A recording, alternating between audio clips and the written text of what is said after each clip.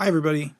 So this is a quick tutorial that I'm putting together to hopefully cover some of the ground that we would have covered in the class on Tuesday, and also to serve as a reference for all of you as you start to enter your surveys into Qualtrics.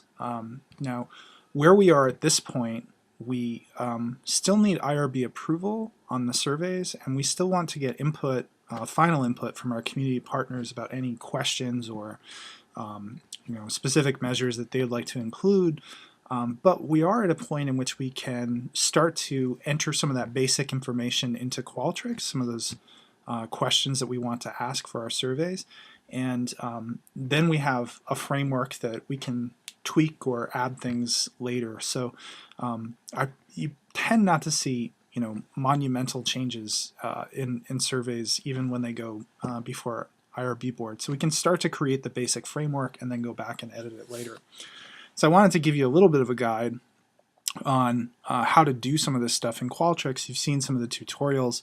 I'll show you specifically the tools that I think probably will be of most value to you after looking at the IRB proposals and what you're proposing to do. So the first thing that you want to do is go to the Qualtrics page. It's really easy to do. You just go to umaine.edu/Qualtrics, and then it will automatically take you to this login page, and you sign in using your Main Street password. Okay, so I'm going to click login, and it churns away for a little bit, and then you'll see a screen that looks something like this. There may be an ad. Qualtrics has started advertising basically for survey respondents. They put together panels, and you can buy respondents for your surveys from Qualtrics, so that might pop up. If it does, just close it. We are not interested. And then you probably won't have anything in this all surveys panel. I have a bunch of stuff here, but these are previous surveys that I've done. And but you'll see this basic framework. You'll see some toolbars and options up here, and then down here will be a list of surveys. Once you create surveys, there's tasks associated with each survey that are actually pretty helpful. So for instance, once you create your survey in Qualtrics, once one individual goes in and does it, they can then click collaborate, and that invites other people in the group, once you've created a file with that name, to collaborate on that specific survey, to be able to see the results of that survey, to have administrator access so that they can launch it or they can close it down. So definitely this collaborate tool is going to be of use to you. It's really simple to use. When you click collaborate, all you need is that individual's username. So their Main Street username, or I think this enables you to search. Let me see if that's possible. I'll just search for myself.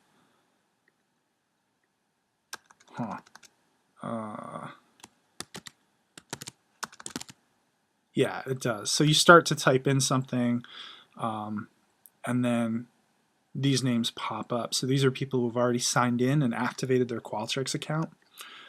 So you should be able to add those people. Once you have someone that you want to add, just click add, and then you choose how much control you want them to have over the survey itself.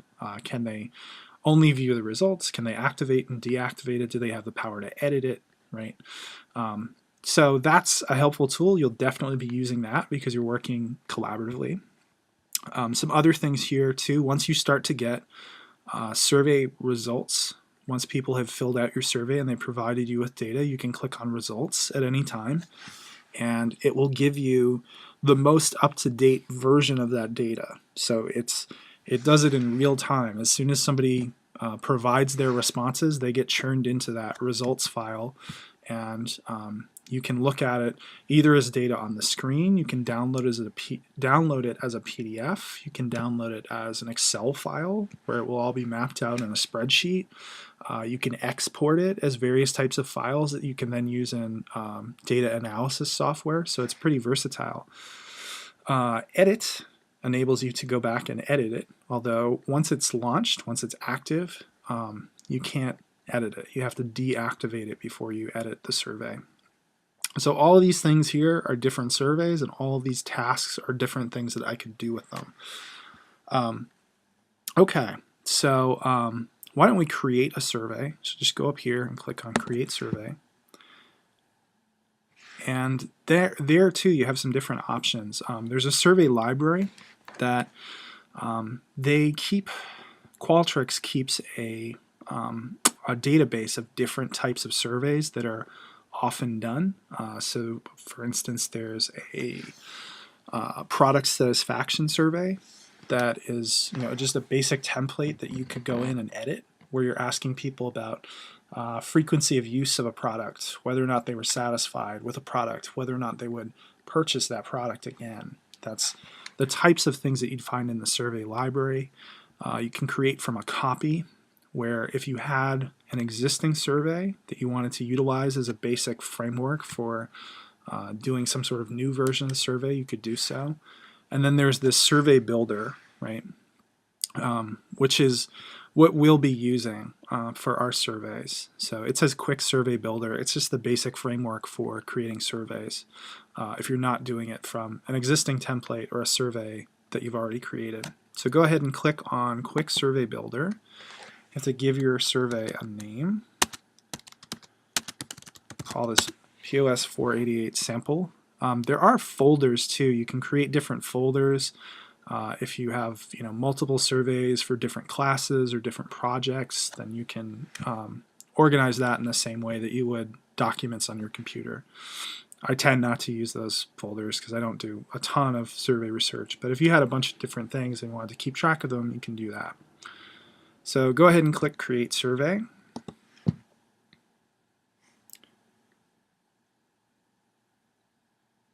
And it churns away for a little while, and then eventually you end up with something that looks like this. Okay. I'll talk about a few of these buttons up top. I won't go too much into survey options just yet, but I will talk about look and feel. Look and feel, this is basically the formatting for your survey, and down in this window right here is a preview of what your survey looks like on the screen for your user, right? And the default option for Qualtrics at the University of Maine is this University of Maine system framework, which I don't really like, especially when I'm doing community research with local communities, because I want people taking the survey to know that it doesn't necessarily come from the statewide University of Maine system. It comes from their local University of Maine campus. So I usually go in, you just click on this button right here, and then I select University of Maine, which has our logo and our colors. You really, with this stuff, you can do as much or as little as you want. If you wanted to do a customized header, like say you had your own business and you wanted to have your business's logo, you can do all that stuff, but we don't get into any of that. But I do usually change this. Here you have some different options for what the actual survey itself looks like. Now we haven't entered any questions yet, so all it has is this default end of survey response screen. But once we enter in questions, this would have the full, this would be a preview of the full survey as it appears on the screen. One thing that I would note here is the progress bar. It's generally a good idea to include a progress bar, include with text, I usually do. And that just lets your survey respondents know where they are in the course of the survey. And unless you're doing a really short survey, 2-3 questions or like a ballot or something like that, it's a good idea to have that in there. Otherwise, people have no idea of knowing, whether or not they have an hour left of taking the survey or they have 2 minutes. It enables you to put a default number of questions per page. If you had 20 multiple choice items and you want to have 3 per page, you could do that here. I typically don't do that. There are other ways to control what appears on the page as you design the survey, and so we'll go into some of those. You create page breaks, and then you can customize how many how many questions appear on the page based on how big the questions are, right? How much space they would take up on the page. Those are some different options there. It's just, basic formatting, what it looks like on the screen for your user. So save that, and we'll go back into our survey. Okay, so need to start creating some questions.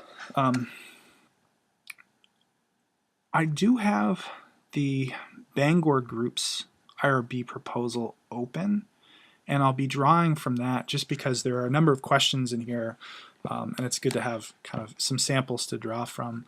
The first thing that you have to do when you're designing your survey, before you design any specific questions and you start figuring out how to manage the response categories, all that stuff, the very first thing that all of your users should see is the consent materials. So at this point in your IRB proposals, you've already crafted these consent materials. All of this needs to be the very first thing in your survey. And you need to actually paste this information in and then gain people's consent before they start to participate in the survey. So in order to do that, I'll create a new item, and you'll see when you create a new item, it automatically goes to this multiple choice question option. But there are a variety of different types of survey questions that you can do, right? And the way that you change that is by going over here to this green button, change item type, and choosing what you want. So there's multiple choice, there's matrix, you can do a slider, you can do text entry where people are manually entering text, you can have people rank things, right? All sorts of different types of response categories. You can have someone look at an image and click on things that they like or things that they dislike, right? Heat map, gap analysis, graphic slider, all sorts of really neat things. Here, for the consent material, just click descriptive text, and then you're going to write the question text. Now, the thing that's tricky about pasting from a Word document to something like Qualtrics is that formatting can go completely haywire if you just try to paste this into the standard box here, because it's a different language, right? The language that you use for a word processing document is different than the language that you use here for an online survey. And so the way to get around this, if you're pasting large chunks of text, is to click on this rich content editor, right? So if you do that, get rid of this default text and then click paste, it's still a little messed up, right? The formatting still changes a little bit, but it's better than it would have been if you had tried to paste it in. Like the bold, the different formatting on the letters, we retain that. Some of the spacing gets screwed up, but it's relatively easy to fix, right? So we go back in, we fix it a little bit, we tweak it, and then we have something on the screen that should look pretty close to what we wanted, right? Okay. So just click anywhere. All right. And so that's what we have there. So this is just descriptive text. It's actually not a question. It's just something that people are going to read. And then you can create a new item just below it, in which you get people's consent.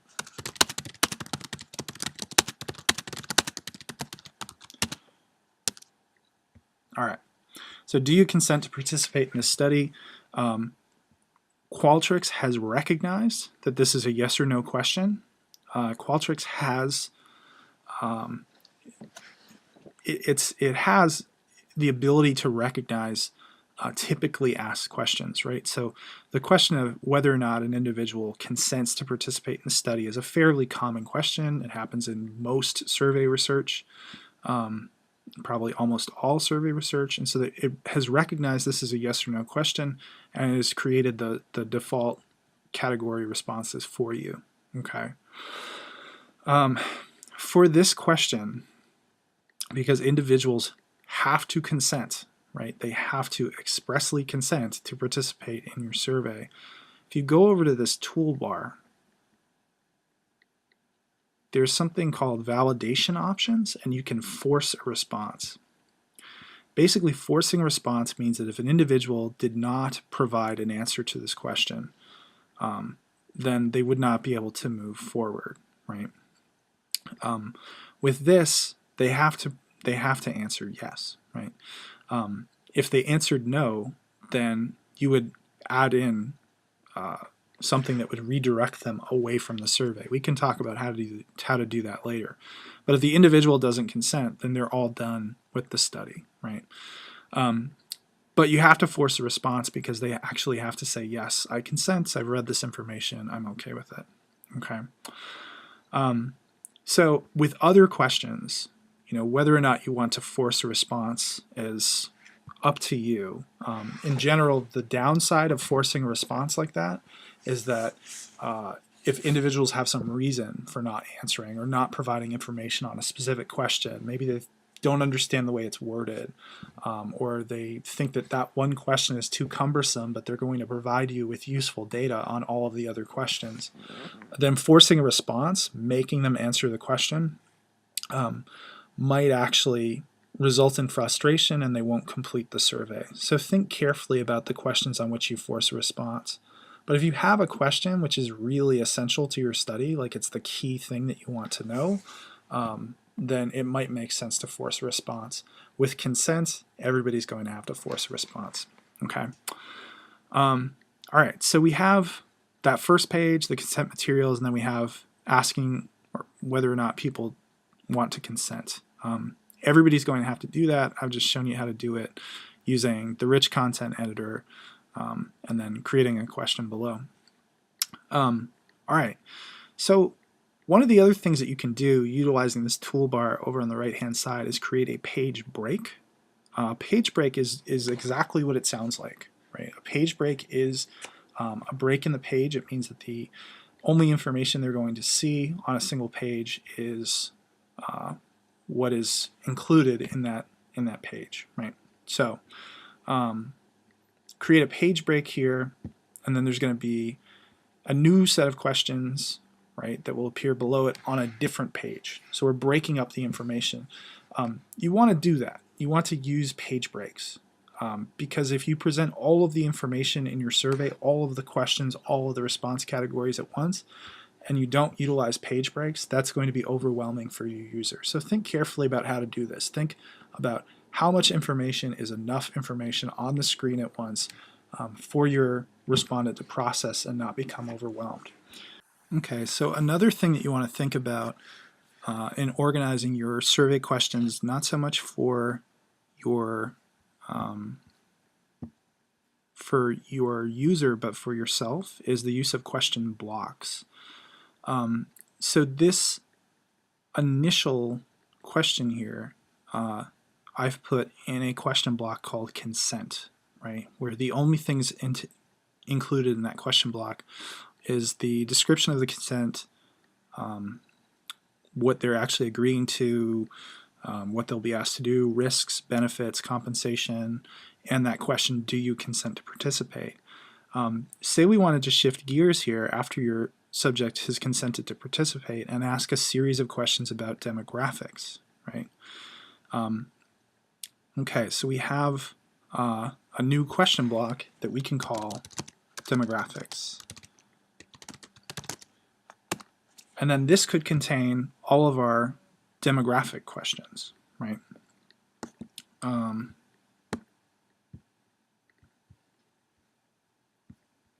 Okay, so that's still our consent block.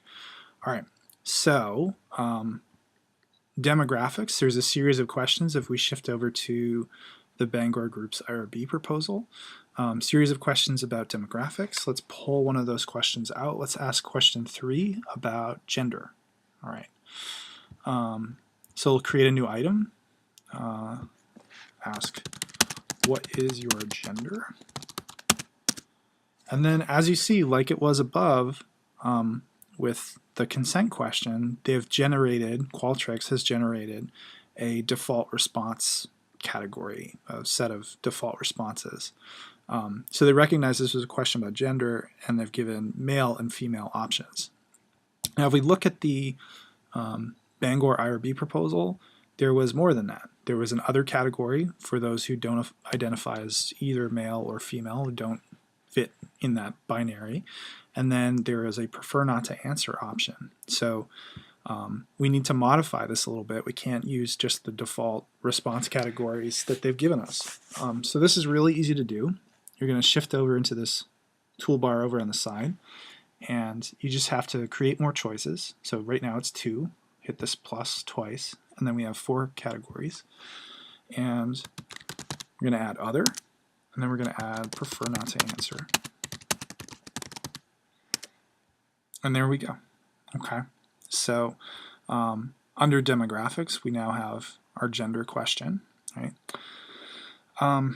Why don't we ask a question that is not a multiple choice question, so you have a sense of what that looks like.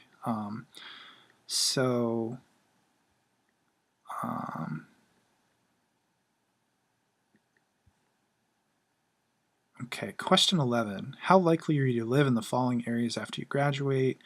And they're using a 5-point Likert likelihood scale to gauge whether people are going to live in the Bangor area in Maine, in a different state, or in a different country.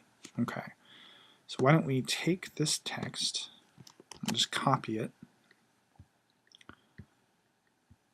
and we'll create a new item. Technically still here we're in demographics, but we'll pretend this is a demographics question. And then remember, we're pasting, so that can get tricky if you're not in the rich context editor. Let's do Control V, paste. And again, it's created a set of responses, and this isn't exactly accurate, because if we go back over here, what they were proposing to do is to have a matrix with these 4 different options, right? And individuals are going to have to rate for each of these different categories whether they were not likely or extremely likely to live in those areas. So the response categories that's created are not what we're looking for. So we're going to go up here. We're going to switch this from multiple choice to matrix table. Okay. We have how many options? 4. So going to have to do 4 statements, and then we have Bangor, we have Bangor area, Maine, another U.S. state, or another country. All right, so now we have the options that we want, right? But it's still, this is a 7-point scale, right? And we had said in the proposal we wanted a 5-point scale. So just go over here and scale points down to 5, right? Very unlikely, unlikely, undecided, likely, very likely. That's a standard scale. It's a little bit different than what we have here. So we can use it if we want to change these things, if we want this to be, right?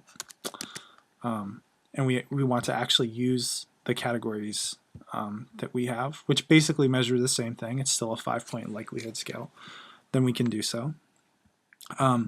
So that's another option. All right, so there's some different options there. Let's create another question. Some of you have open-ended questions. You know, we call it an open-ended question. If we, for example, go to the end of the Bangor survey, is there anything else you would like to add, right? And that's going to be an open-ended question which the individual would type in some text. That is really easy to do too. Easy to set up in Qualtrics. Is there anything else you would like to add? Obviously, that's not a multiple choice question. It's recognized as a yes or no question. We want more than that.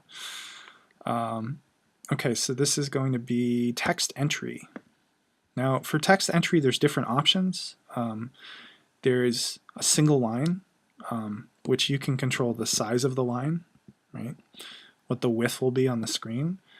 For this, we might want something more, so it could be multi-line. We might want people to compose an essay. And then we have the option of doing that in text type. And you can, again, you can control what that looks like on the screen. So there's all sorts of different options. If you have a minimum length that you want, a maximum length, you can do that if you want. For something like this, where somebody might not have anything else to add, probably shouldn't do any of that. But if you had, say, you want 200 to 400 words or characters on a specific question, you have the ability to do all that. And you can go into custom validation and customize that, design that however you'd like. Okay, so one other thing that I'll add here, the rich content editor, which we've been using, it allows you to paste in text. And it's useful particularly if you're pasting in lots of text, like a lengthy chunk of text. It also enables you to, if you had, for some reason, an image, if you had a video clip that you wanted individuals to watch, you could do that with the rich content editor.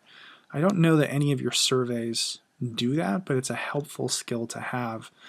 In the last survey that we had done in this class, we were thinking of how to get people to identify where they live in Orono, and so we basically just took a map and divided it up. And so then individuals had to identify which of these regions they live in. There's a region that represents the university, down, the downtown area, over the bridge, and then these further out regions. And so we just gave them the option of choosing which region they lived in. You don't have any of that, I don't think, in the IRB proposals, but if that was something that you wanted to do, you wanted to paste in an image, then that would be how you would do it. Okay. One thing to think about, be aware of, know how to use is what's called skip logic. You can get at this one of two ways. One way is using this survey flow tool. Another way is down here, adding skip logic. You have to select a question first, right? I believe you can also get to it here. Yeah, you can add skip logic here as well. Skip logic allows you to design your survey in such a way that you're directing specific questions at the groups that you want to answer those questions. So, for instance, one of the groups, possibly both of the groups, you've designed, both of the groups have designed a set of questions.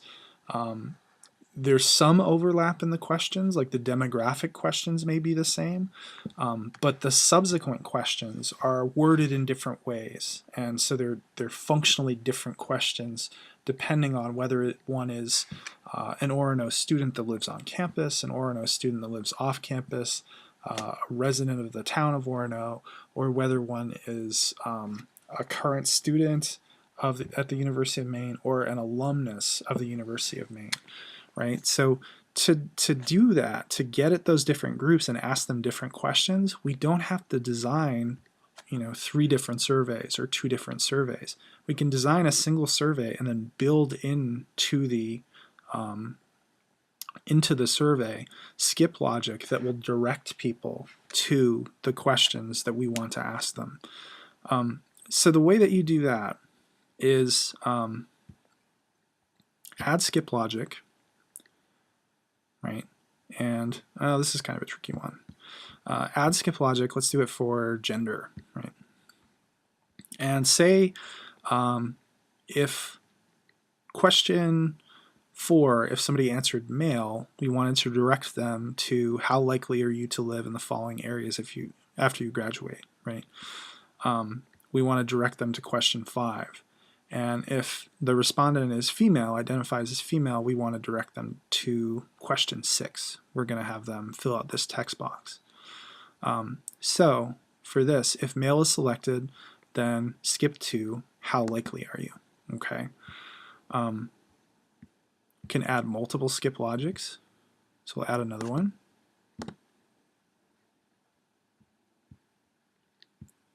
If female is selected, then skip to, is there anything else you'd like to add? Okay. So that is going to, when they come to this question, if you check male, it's going to direct you to question 5. If you check female, it's going to direct you to question 6. Okay.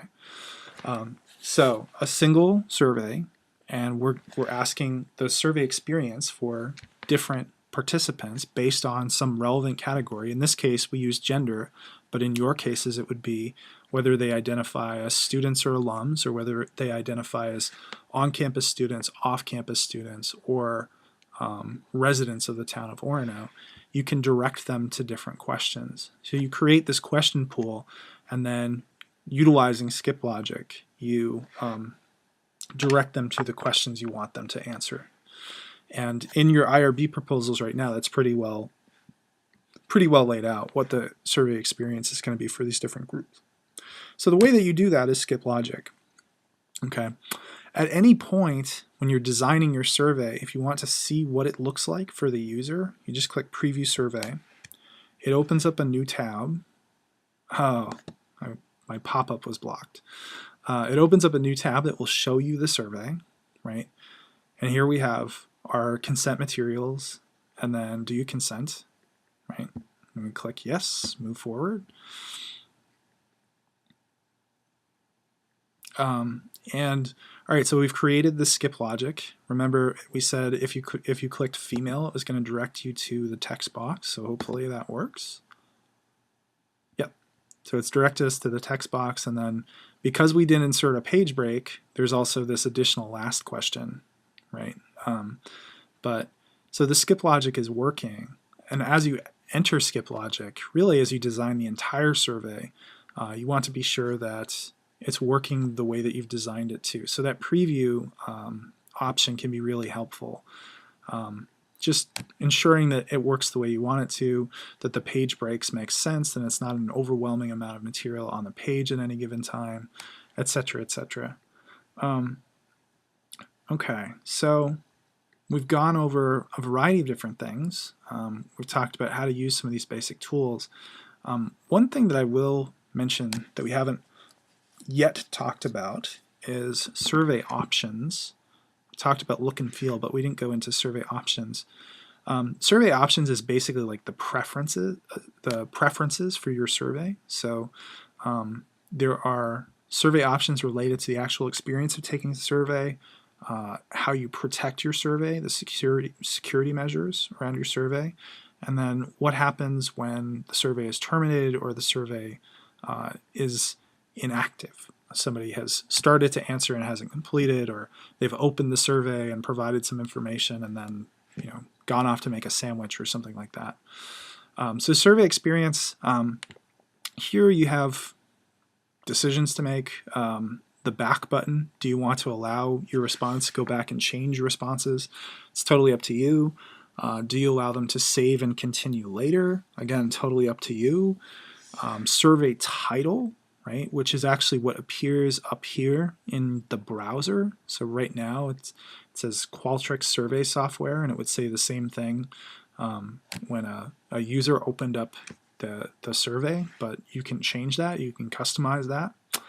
And then with the security options, a variety of different things that you can do here.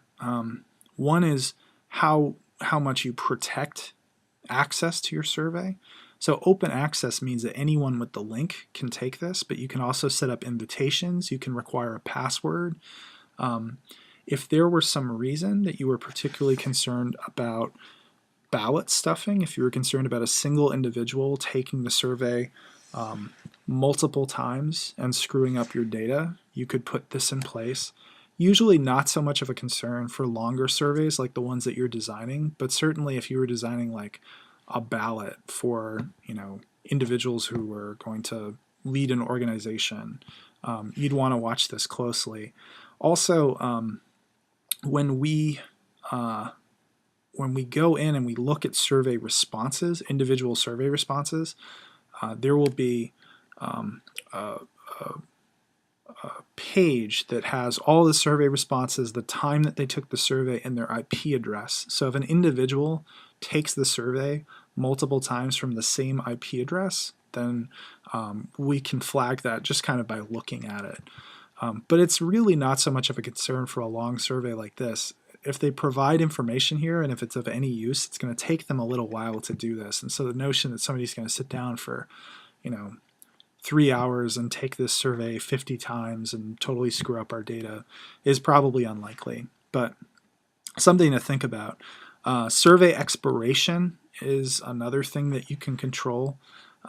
This would automatically close down the survey, like the survey would no longer be available after a certain date range, and you get to specify what the date range is.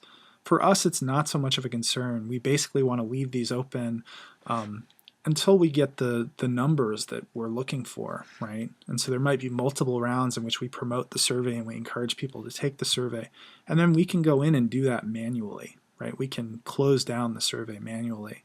But if you wanted to kind of set it up and then forget it, then that's another option. But I wouldn't recommend it for this. I think we should play it by ear and shut it down manually. Survey termination. So this is basically what happens when an individual finishes taking the survey. There's a default end of survey message. It says thank you for your responses, lets them know that the survey is over. You can create a custom message, right, that is more elaborate than that, maybe provides them with the phone number and email of whoever they should get in contact with if they have any concerns. You can do all sorts of different things there. You can be as elaborate or as minimalistic as you want to. You can also redirect your user to a URL. You can direct them to a web address. And for this, it might be actually pretty useful for you guys because both of these IRB proposals are suggesting that there will be something that happens at the end of the survey in which personal information is collected and it's not linked to the survey responses, right?